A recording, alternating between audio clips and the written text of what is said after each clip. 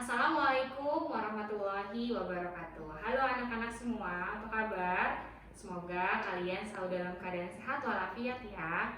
Oh iya, sekarang kita masuk di hari keberapa puasa ya? Tentunya udah awal puasa nih ya, udah 10 hari pertama. Semoga anak-anak puasanya gak ada yang bolong ya. Dan semuanya jujur ya, jangan ada yang ngumpet-ngumpet minum di rumah. Nah, untuk mama semua juga, papa yang ada di rumah, gimana kabarnya? Sehat semua ya, insya Allah. Nah, pada hari ini saya, Ibu Cici, akan berbincang-bincang dengan bintang tamu kita. Nah, bintang tamunya siapa? Yuk kita kenalan dulu yuk. Nah, beliau adalah Bapak Ketua Majelis Dikdasmen PCM Duren Sawit 1. Namanya siapa? Namanya Bapak Dr. Andes Haji Rusli Abdullah. Kita bisa panggil biasa sehari-hari itu Pak Rusli. Nah, kali ini bintang tamu kita Pak Rusli akan menjawab pertanyaan dari anak-anak dan dari Bapak Ibu guru, juga mungkin dari beberapa orang tua yang ada di rumah ya. Sehingga nanti kita semua bisa mendapatkan pencerahan yang bagus di bulan Ramadan ini ya. Tanpa berlama-lama kita mulai aja yuk dulu. Assalamualaikum Pak Rusli. Waalaikumsalam warahmatullahi wabarakatuh. Oh iya, Pak, gimana kabar Bapak? Sehat ya Pak ya? Alhamdulillah sehat. Alhamdulillah. Puasanya full ya Pak? Alhamdulillah sampai hari ini. Alhamdulillah sampai hari ini. Pak, kita ada ini nih Pak, ada titipan-titipan pertanyaan. Tapi sebelumnya mungkin Bapak bisa menyapa orang tua dan para siswa SD Muhammadiyah 08 yang ada di rumah nih Pak, yang lagi menonton acara Kultum Sore kita sambil ngabuburit. Silakan Pak Rusli. Assalamualaikum warahmatullahi wabarakatuh. Bagaimana kabar anak-anak di rumah dan juga ibu-ibu, bapak? Kami doakan semoga semuanya dalam keadaan sehat walafiat. Saya Bapak Rusli Abdullah diamanahi oleh perserikatan menjadi ketua Majelis Pendidikan Dasar dan Menengah Pimpinan Cabang Muhammadiyah Duren Sawit 1. Kemudian kami mengharapkan kepada anak-anak supaya dalam menjalankan ibadah puasa ini betul-betul dengan khusyuk ya, dengan khusyuk, tidak ada yang bolong puasanya. Masya Allah. Nah Pak Rusli, saya mau tanya-tanya nih Pak. Kebetulan ada beberapa pertanyaan dari anak-anak dan juga dari beberapa orang tua. Nah Pak, kan Ramadan itu kan katanya bulan penuh berkah ya Pak ya. Nah, boleh nggak Pak Rusli dikasih tahu nih sama kita, apa sih maksudnya Ramadan itu dibilang bulan penuh berkah, dan kenapa Ramadan itu istimewa Pak dibandingkan dengan bulan-bulan yang lain? Mungkin anak-anak di rumah dan para orang tua ingin tahu juga nih ya kan, seperti apa sih gitu Pak. Memang bulan Ramadan ini disebut bulan penuh dengan berkah karena pada bulan Ramadan ini semua kebaikan yang kita kerjakan, amalan yang kita kerjakan itu dinilai dilipat gandakan oleh Allah pahalanya. Kalau kita mengerjakan ibadah sunnah seperti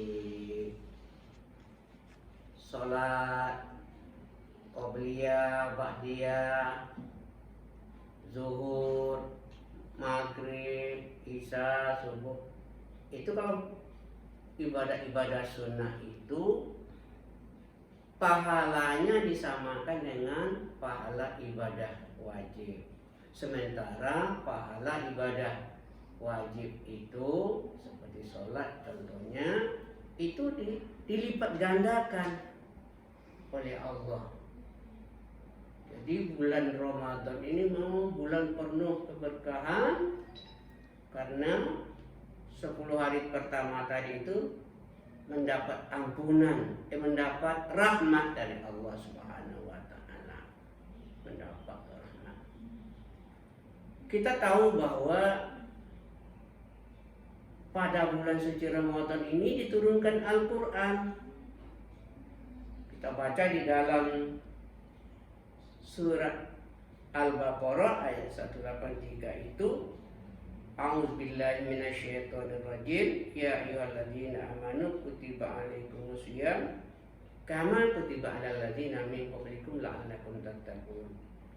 Wahai orang-orang yang beriman, jadi yang dipanggil oleh Allah itu adalah orang-orang yang beriman.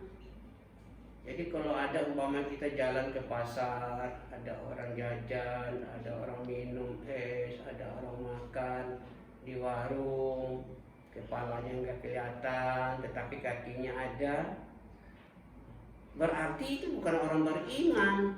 Karena yang dipanggil oleh Allah itu adalah orang yang beriman. Ya ayyuhalladzina amanu kutiba alaikumusiyam, diwajibkan kepada kalian berpuasa.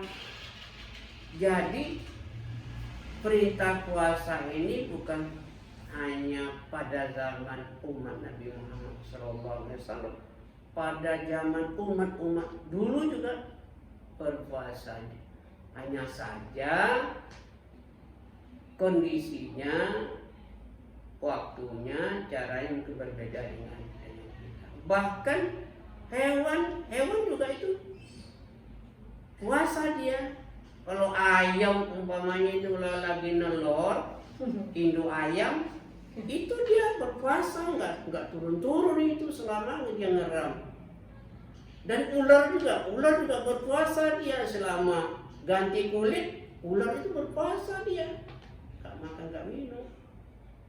Hewan, apalagi manusia. Jadi yang dipanggil oleh Allah itu adalah orang yang beriman, dan juga kepada umat-umat yang dulu. Supaya apa? La'allakum tattaqun, supaya dengan ibadah puasa itu, kata Allah, supaya kalian menjadi orang-orang yang bertakwa. Kalau orang yang bertakwa itu artinya derajat yang paling tinggi udah itu. Takwa itu. Jadi tujuan ibadah puasa ini supaya mengangkat derajat umat Islam ini. Dan di dalam bulan puasa ini kan diturunkan Al-Quran. Kita tahu semua anak-anak bahwa Al-Quranul Karim itu diturunkan pada malam bulan Ramadan yang disebut dengan Nuzul Quran. Sebagian ulama mengatakan Al-Quran itu turun pada malam Lailatul Qadar. Di dalam surah Al-Qadar itu kita baca, A'udzubillahi minasyaitonirrajim, Bismillahirrahmanirrahim. Inna anzalnahu fi lailatul qadar. Sesungguhnya kami menurunkan Al-Quran itu pada malam Lailatul Qadar. Lailatul Qadar khairum min alfi syahr. Malam Lailatul Qadar itu nilai ibadahnya lebih baik dari 1000 bulan. Jadi sangat beruntung sekali umat Islam itu karena Allah memberikan suatu ibadah yang tidak diberikan kepada umat lain ganjarannya. Lailatul Qadar khairum min alfi syahr. Malam Lailatul Qadar itu lebih baik dari 1000 bulan. Jadi Al-Quran itu diturunkan pada malam bulan suci Ramadan. Untuk apa Al-Quran itu? Al-Quran itu adalah sebagai pedoman hidup umat manusia, wabil khusus umat Islam. Jadi Al-Quran itu kompas, pedoman hidup. Jadi harus umat Islam itu harus wajib mengikuti apa yang diperintahkan Allah di dalam Al-Quran dan apa yang dilarang oleh Allah di dalam Al-Quran. Jadi sumber hukum di dalam Islam itu pokoknya adalah Al-Quran dan Sunnah. Kemudian ada qiyas juga, kemudian ada selain qiyas pendapat ulama juga. Tapi yang paling pokok adalah Al-Quran dan Sunnah. Oke. Al-Quran ini sebagai hudal, petunjuk.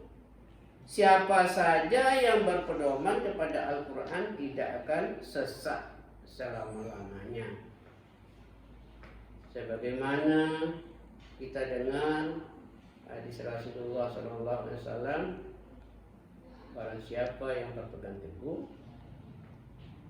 intamassakum bima walan tadillu abada.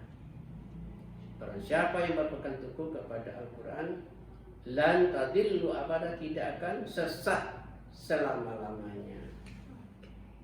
Nah, kata Nabi, aku tinggalkan kepada kalian, taraktu fikum amrayni in tamassaktum bima lan tadillu abada. Kata Rasulullah SAW, aku tinggalkan kepada kalian dua perkara, selama kalian berpegang teguh kepada keduanya tidak akan sesat selama-lamanya. Kitab Allah wa sunnati, kitab Allah Al-Quran dan sunnah Nabi kita Muhammad SAW. Jadi beruntung kita orang Islam diberi pedoman oleh Allah, dan Al-Quran itu tidak akan ragu, tidak akan berubah. Kenapa? Karena dipelihara oleh Allah sendiri. Kata Allah di dalam Al-Quran, A'udzubillahi minasyaitonirrajim, Inna nahnu nazzikra wa inna lahu lahafidun. Kami yang menurunkan Al-Quran itu, dan kami pula yang memeliharanya. Jadi Al-Quran itu Allah yang menurunkan dan Allah yang memelihara sampai hari kiamat, tidak berubah itu Al-Quran. Iya, Pak. Lain dengan kitab lain. Makanya di dalam Al-Quran juga di surat Ali Imran ayat 79,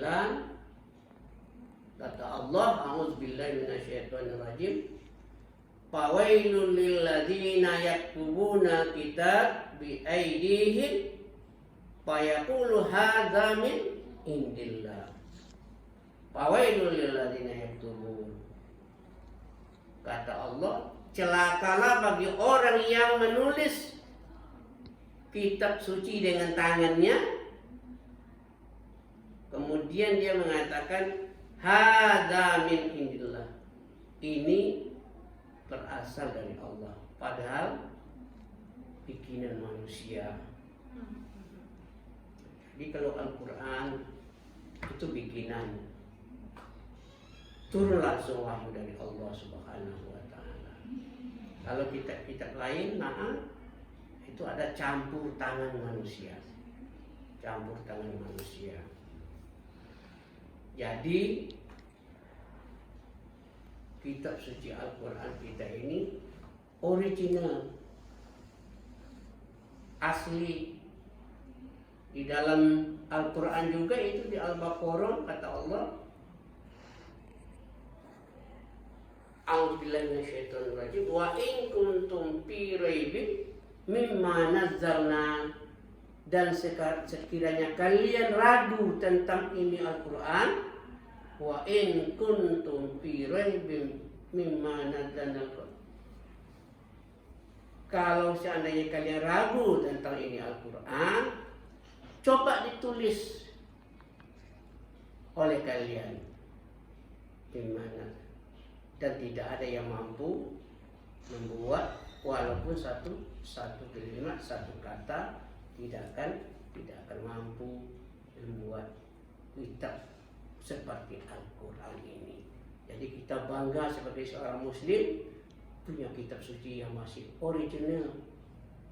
Dimanapun, bahkan kita sering lihat bahwa anak-anak kecil baru umur berapa tahun udah hafal Al-Quran.